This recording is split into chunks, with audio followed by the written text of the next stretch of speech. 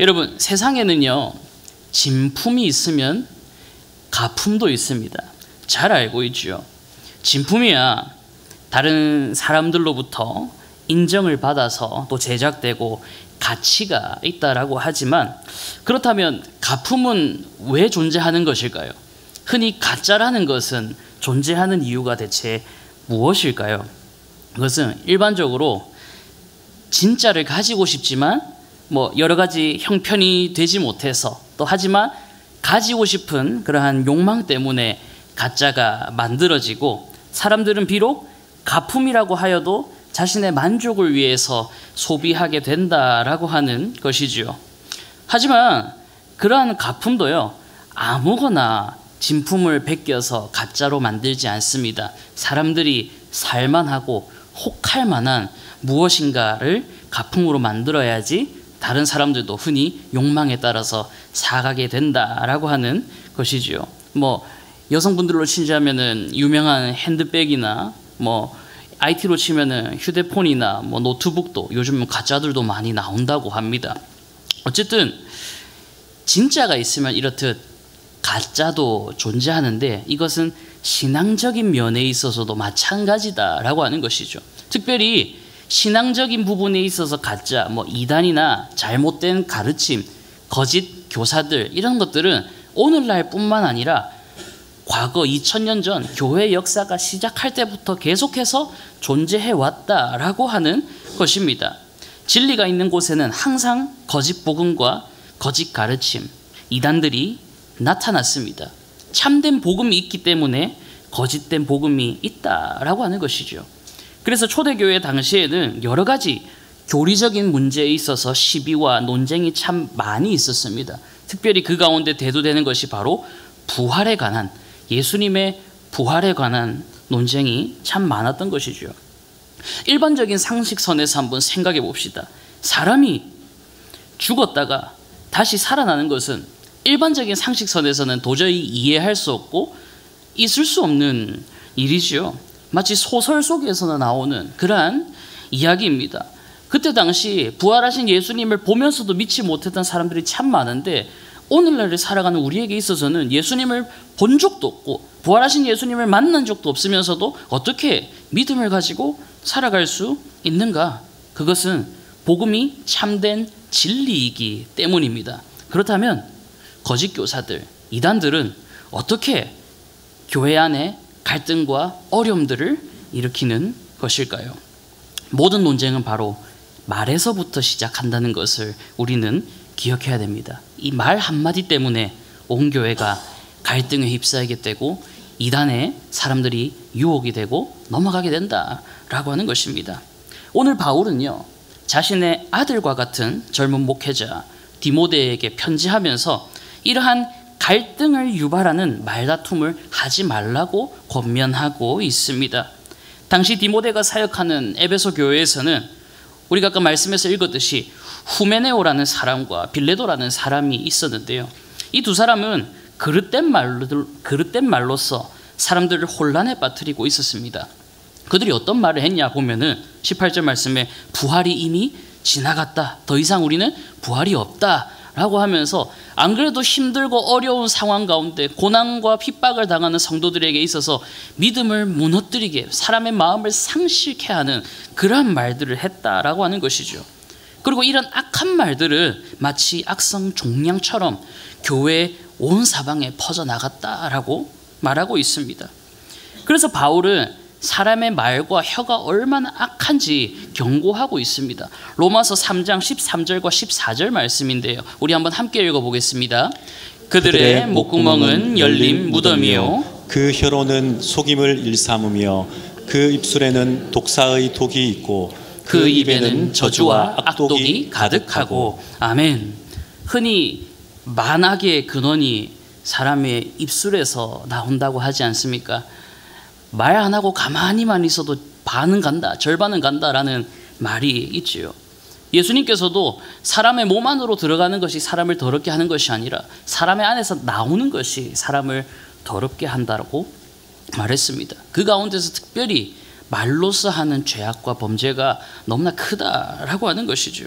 여러분, 우리가 흔히 하는 말 실수, 내 마음이 조금 풀어졌을 때, 조금 가벼워졌을 때 무심결에 나오는 대화들로 인해서 남들에게 쉽게 상처를 주게 됩니다.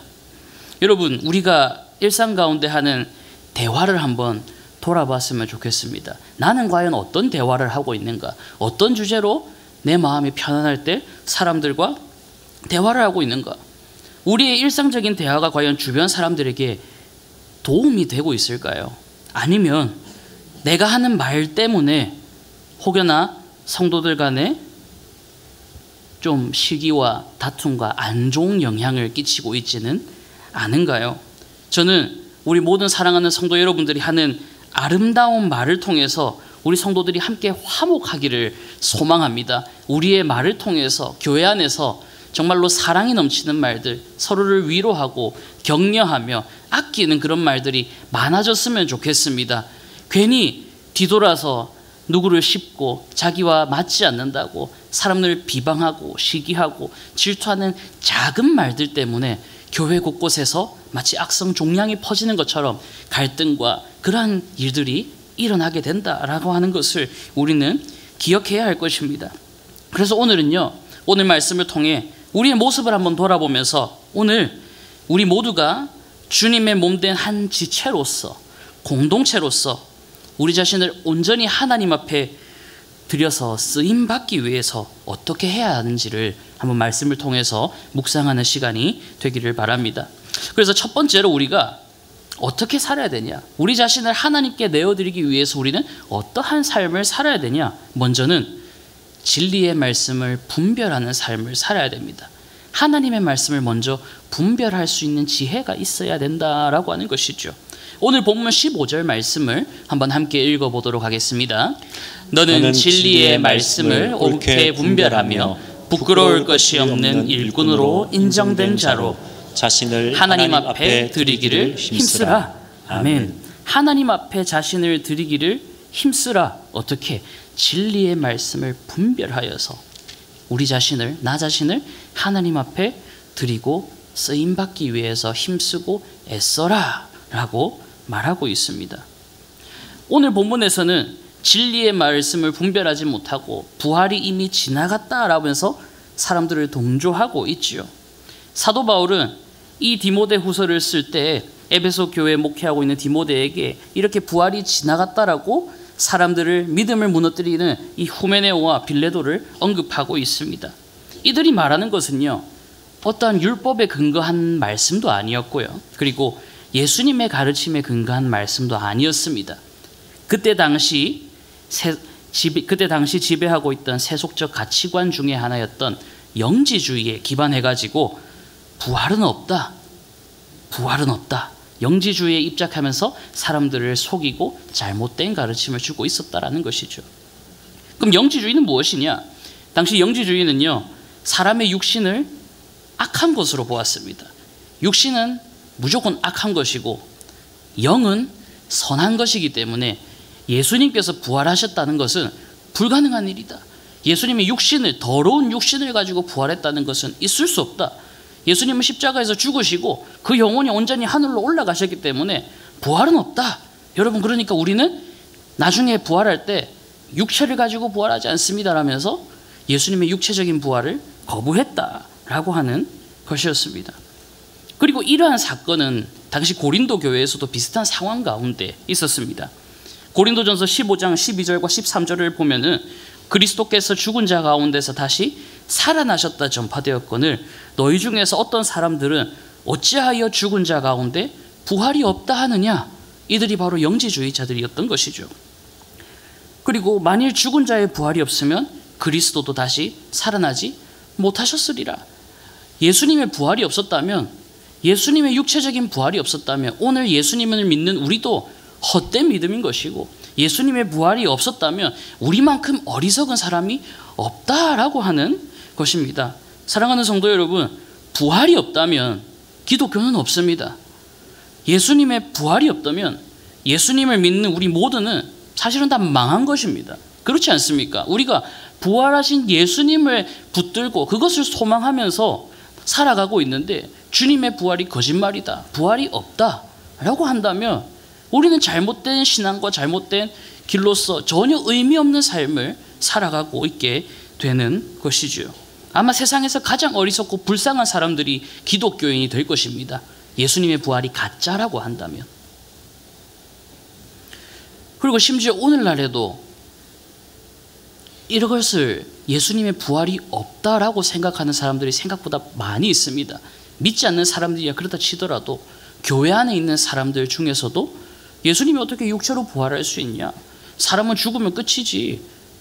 그냥 영혼이 살아난 것처럼 보였겠지. 그렇게 생각하는 사람들도 적지 않다라는 것이죠. 심지어 요즘 시대에 있는 신학자들 가운데서도 예수님의 부활은 없다라고 말하는 사람들도 너무나 많이 있습니다. 하지만 여러분, 우리는 기억해야 됩니다. 주님이 다시 오시는 그날 우리는 다시 살아나게 될 것입니다. 비록 우리의 시간이 지나서 우리의 육체는 썩어지고 사라진다라고 할지라도 주님 다시 오시는 그날 우리는 다시 부활하게 될 것입니다. 그냥 영혼으로서의 부활뿐만 아니라 우리의 육체적인 부활까지 완벽하게 일어나게 될 것입니다. 왜냐하면 예수님께서도 육신으로 부활하셨기 때문이시죠. 그리스도께서 육신으로 부활하셔서 그것을 증명하시지 않았습니까? 얘들아, 내 손에 못자국을 보아라. 만져보아라. 내 옆구리에 창자국을 만져보아라. 그리고 배가 고프다. 같이 밥을 먹자, 식사하자 하면서 예수님께서 부활하셨을 때 정말로 육신을 가지고 부활하셨다는 것을 보여주셨습니다. 그리고 그분이 첫 번째 부활을 이루심으로써 우리 또한 마지막 날 주님 다시 오시는 그날 신령한 육체로 예수님과 똑같은 신령한 육체로 다시 부활하게 될 것입니다. 우리가 이것을 사도신경에서 우리의 신앙으로 고백하고 있지 않습니까? 우리 사도신경 마지막 부분을 한번 함께 읽어보도록 하겠습니다. 성도의 교제와 죄를 용서받는 것과 몸의 부활과 영생을 믿습니다. 아멘. 몸의 부활과 영생.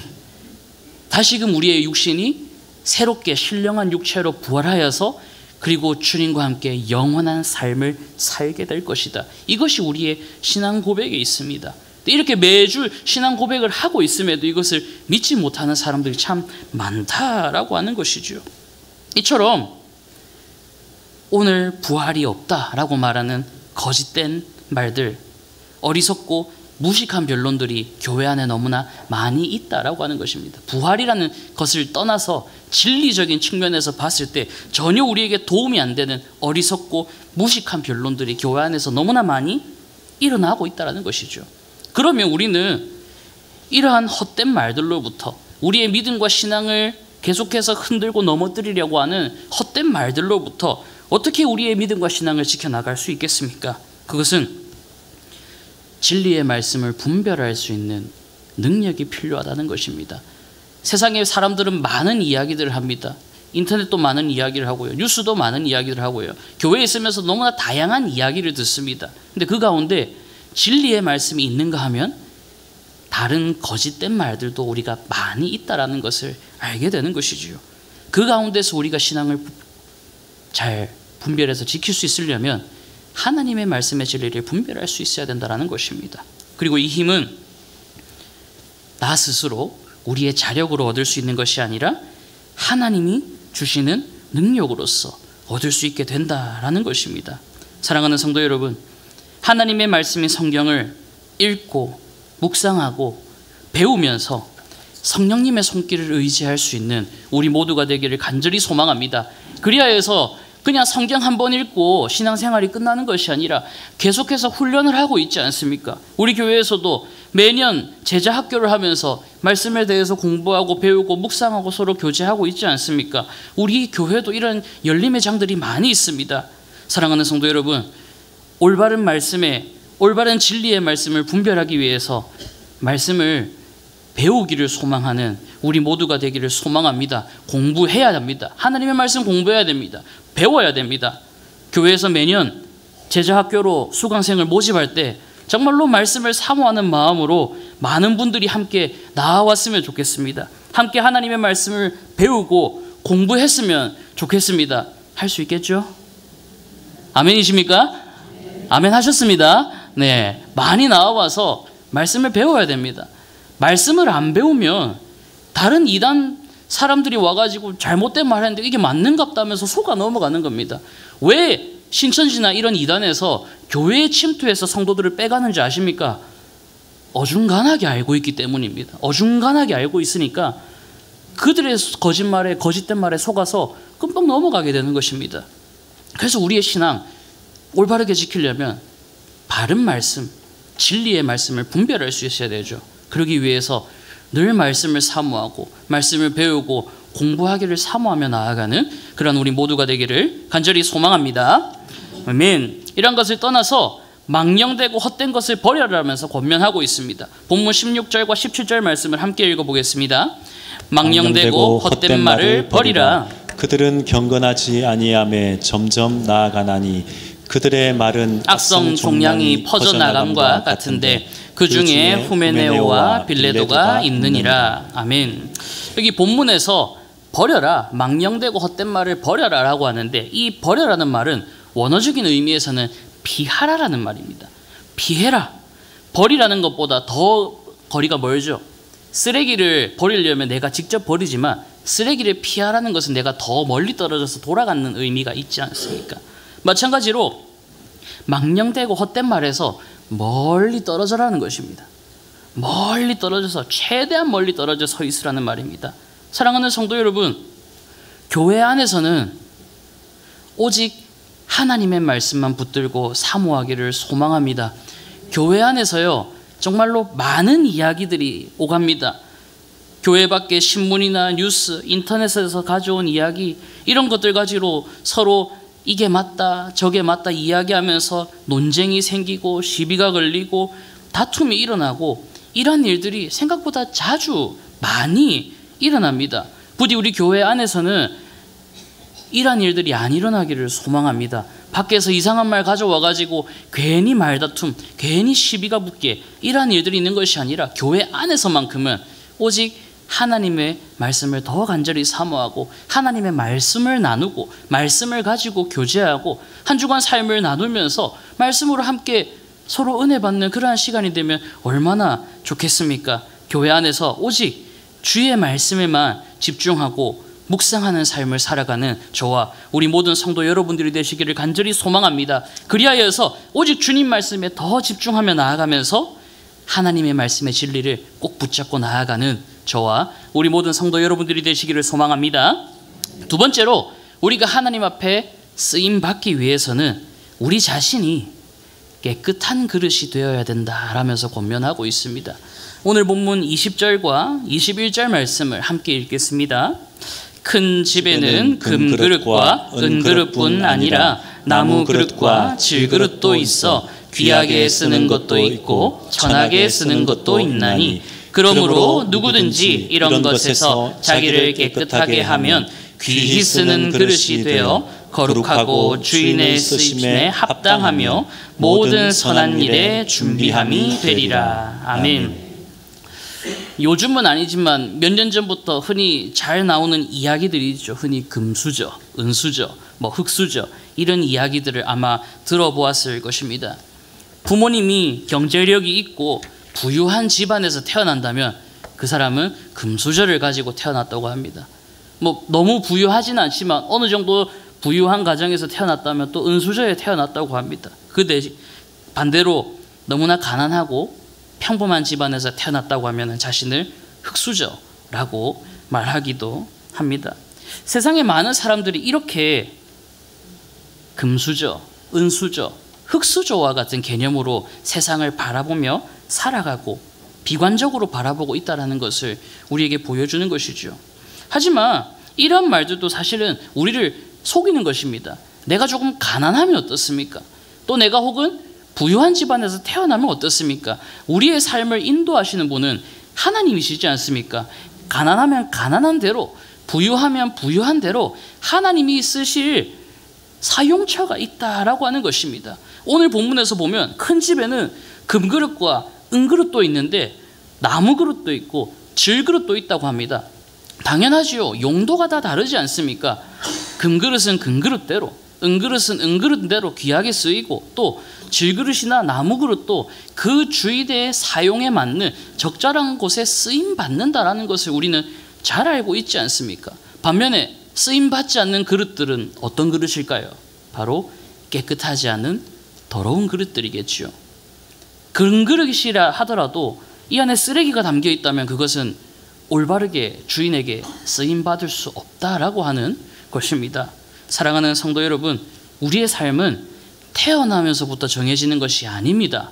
우리의 삶은 태어나면서부터 정해지는 것이 아니라 하나님께서 다듬으시고 인도해 나가는 삶인 것을 기억하시기를 바랍니다. 그래야 해서 나는 왜 이럴까? 나는 왜 이렇게 불안하고 나는 왜 이렇게 나쁜 가정에서 태어나서 나는 왜 이렇게 현실의 상황이 너무나 안 좋아서 내 현실이 왜 이럴까 하면서 스스로를 낮추는 그런 삶을 살아가는 것이 아니라 비록 나의 현실은 남들보다 별로 잘날 것 없다 하더라도 남들에게 뭐 내세울 게 없다라고 하더라도 하나님께서 분명 그분의 목적에 맞게 인도해 가실 거야. 이 믿음을 붙들고 하루하루를 살아갈 수 있는 저와 우리 모든 성도 여러분들이 되시기를 간절히 소망합니다. 중요한 것은 내가 금그릇이냐 은그릇이냐 그것이 아니라 내가 비록 나무그릇이다라고 할지라도 내가 비록 질그릇이다 하더라도 주인이 쓰시고자 할 때 귀하게 사용될 수 있도록 우리 스스로가 깨끗하게 관리되어야 한다라는 것이죠. 주인에게 그렇게 해야 우리는 쓰임받을 수 있다라고 하는 것입니다. 재질보다 중요한 것은 우리의 상태라는 말입니다. 마찬가지로요. 내가 누구냐? 어떤 사람이냐? 내가 얼마나 대단하냐? 내가 저 사람보다 얼마나 더 잘났냐? 이런 것을 바라보고 목적으로 살아가는 삶이 아니라 하나님이 보시기에 과연 나는 오늘 깨끗하게 준비되어 있는가? 우리의 삶을 돌아보면서 주님 앞에 준비되어 나아가는 스스로를 주님 앞에서 다듬고 준비하며 나아갈 수 있는 우리 모두가 되기를 간절히 소망합니다. 그러면 우리는 어떻게 우리 스스로를 점검해야 되는가? 21절 이후부터 그것을 말씀하고 있습니다. 22절 이후에 한번 말씀을 보겠습니다. 자기를 깨끗하게 하면 귀 쓰는 그릇이 되어 거룩하고 주인의 쓰심에 합당하면 모든 선한 일에 준비함이 되리라. 아멘. 그럼 우리는 어떻게 준비될 수 있을까요? 먼저 22절입니다. 또한 너는 청년의 정욕을 피하고 주를 깨끗한 마음으로 부르는 자들과 함께 의와 믿음과 사랑과 화평을 따르라 하면서 권면하고 있습니다. 여기서 말하고 있는 청년의 정욕, 이 정욕에 해당하는 단어는 에피디미아스라는 단어인데요. 발음이 좀 이상하죠. 네, 이것은 단순히 성적인 욕망뿐만 아니라 뭐 식욕이나 지나친 지식욕이나 명예욕이나 탐욕 또한 포함하고 있습니다. 젊은이들의 열정적인 편애나 이기적이고 논쟁적인 태도, 이런 모든 것들을 다 총합한 말인 것이지요. 아, 그러면 젊은 사람들만 해당하는 말이구나, 젊은 사람들의 정욕만 이야기하는 것이구나라고 생각할 수 있는데 그렇지가 않습니다. 여러분, 나이 많다고 하더라도 무언가 하나 강렬하게 욕망에 붙잡히게 되면은 나이 불문하지요. 나이가 많든 어리든 무언가 하나 정욕에 내가 욕심을 가진 것을, 내가 뭔가 품고 있는 것에 딱 마음을 강렬하게 붙잡히게 된다면 나이는 상관없게 된다는 것입니다. 바울은 이렇게 정욕을 추구하기보다는 깨끗한 마음의 사람들과 함께 의와 믿음과 사랑과 화평을 따르라고 권면하고 있습니다. 우리가 주의 마음을 품고 이 예배의 공동체에 모이기를 힘쓰라라면서 권면받지 않았습니까? 우리는 모이기를 힘써야 됩니다.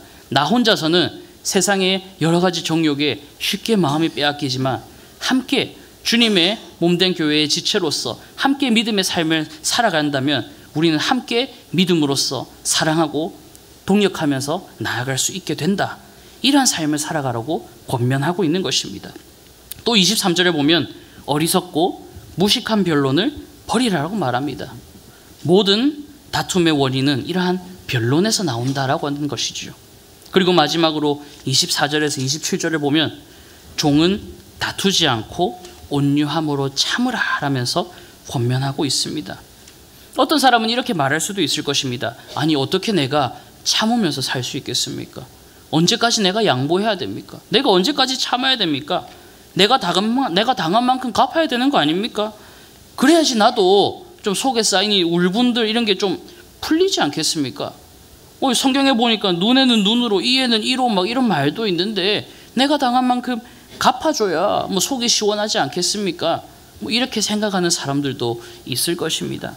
하지만 주님의 종이 된 우리는요, 온유함을 품어야 됩니다. 비록 내가 억울하더라도, 내가 당한다라고 할지라도 우리는 온유함으로 가르치고 참고 훈계해야 된다고 권면하고 있는 것이죠. 왜 그렇게 해야 되느냐? 왜 우리가 당하고만 살아야 되느냐? 왜 계속 온유하고 인내해야 되느냐? 그 이유를 설명하고 있습니다. 25절과 26절을 함께 읽도록 하겠습니다.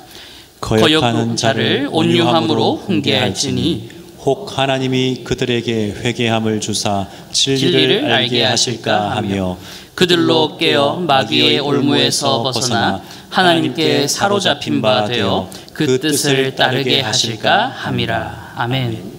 혹시라도 우리가 온유함을 품고 인내하고 참을 때 하나님께서 그들의 마음을 돌이키셔서 하나님의 품으로 돌아오게 하실지 누가 알겠습니까? 제가 저희 집안 이야기를 하는 걸 별로 좋아하진 않는데 예시로 마땅히 들만한 게 없어가지고, 저희 어머니는 홀로 믿지 않는 집안에 시집을 오셔가지고 너무나 고생을 많이 하셨습니다. 20년 가까이 믿지 않는 집안에서, 아버지는 장남이셨고요, 당시 가정 안에서, 집안 안에서 큰 기둥의 역할을 하고 있었기 때문에 어머니 홀로 신앙생활하는 것은 쉽지 않았습니다. 어머니가 처음 시집 왔을 때만 해도 저한테 있는 상할머니까지 살아 계셨거든요. 그러니까 엄청나게 고생을 많이 했다라고 하더라고요. 그리고 당시에 결혼하지 않는 막내 삼촌까지 다 같이 떠안아가지고 살았다고 합니다. 그 가운데서 홀로 신앙생활을 하는 것은 참으로 어려운 일이었습니다. 계속 공격당하고 무시당하고 지적당하고 욕을 먹으면서, 그럼에도 어머니가 할 수 있었던 것은 교회에 와서 무릎 꿇고 하나님 붙드는 것밖에 할 수 없었던 것이죠. 그러면서 어머니가 나중에 저한테 이런 얘기를 했었습니다. 세상의 모든 사람이 예수님을 믿어도 너희 아빠만큼은 예수님 안 믿을 줄 알았다. 그렇게 말할 정도로 저희 아버지는 전혀 그런 것을 모르고 세상을 쫓아서 살았던 그러한 사람이었습니다. 하지만 그럼에도 계속해서 어머니는 인내하였습니다. 몇 번이고 나쁜 선택을 할까? 몇 번이고 이 집안 망할 놈의 집안 쫓아나갈까? 도망나갈까? 그러한 생각도 수십 번도 더 했답니다. 그런데도 계속해서 인내하면서 기도하면서 하나님이 참으라 온유해라, 인내하라. 온유할 수 없는 상황인데 인내하라고 하니까 얼마나 답답했겠습니까? 그러니까 매일 새벽마다 울부짖는 겁니다. 하나님 못하겠습니다. 왜 이럽니까? 왜 나만 이래야 됩니까? 하면서 그렇게 인내하면서 하다가 어느 순간 하나님이 아버지의 마음을 만지시고 아버지를 돌이키시고 집안에서 기둥이었던 아버지가 돌아서니까 아무도 저희 집안을 터치하지 않는 그러한 상황이 만들어졌던 것이죠. 그래서 지금은 너무나 행복한 가정이 되었습니다. 어머니와 내 인생에서 이렇게 행복한 시점이 바로 지금이다라고 말할 정도로 그렇게 살아가고 있는 것이지요. 사랑하는 성도 여러분, 문제가 될지 모릅니다. 우리가 참고 인내하지 않고 버럭 화를 내면서 그 사람이 이렇게 하면 나도 막 배로 갚으면서 한다면 일반 세상적인 사람들이 봤을 때 어떻게 생각하겠습니까? 교회 다니는 사람도 똑같구나. 예수님 믿는 사람도 똑같구나. 저 뭐 교회 다닌다고 하더만, 예수님 믿는다고 하더만, 니나 나나 다른 게 뭐냐? 난 그냥 내 마음대로 살란다. 그러면 그 사람에게 전파될 복음의 역사는 사라지게 된다라고 하는 것이죠. 비록 우리가 세상 가운데 살아갈 때 억울하고 힘든 일 당하고 내가 이래도 참아야 되나, 내가 이래도 온유해야 되나라는 순간들이 다가온다라고 할지라도 하나님이 그 사람의 마음을 만질지 누가 알겠습니까? 오늘 바울이 그렇기 때문에 시비 걸지 마라, 말다툼하지 마라, 논쟁에 참여하지 마라, 오직 하나님의 복음의 말씀만 붙들고 진리의 말씀만 사모하면서 나아가라. 그 뒤는 하나님이 책임지신다라면서 권면하고 있는 것입니다. 사랑하는 성도 여러분, 계속해서 나의 자존심을 내세우면서 혹시나 주변의 이웃과 사람들 사이에서 논쟁하고 있지는 않습니까?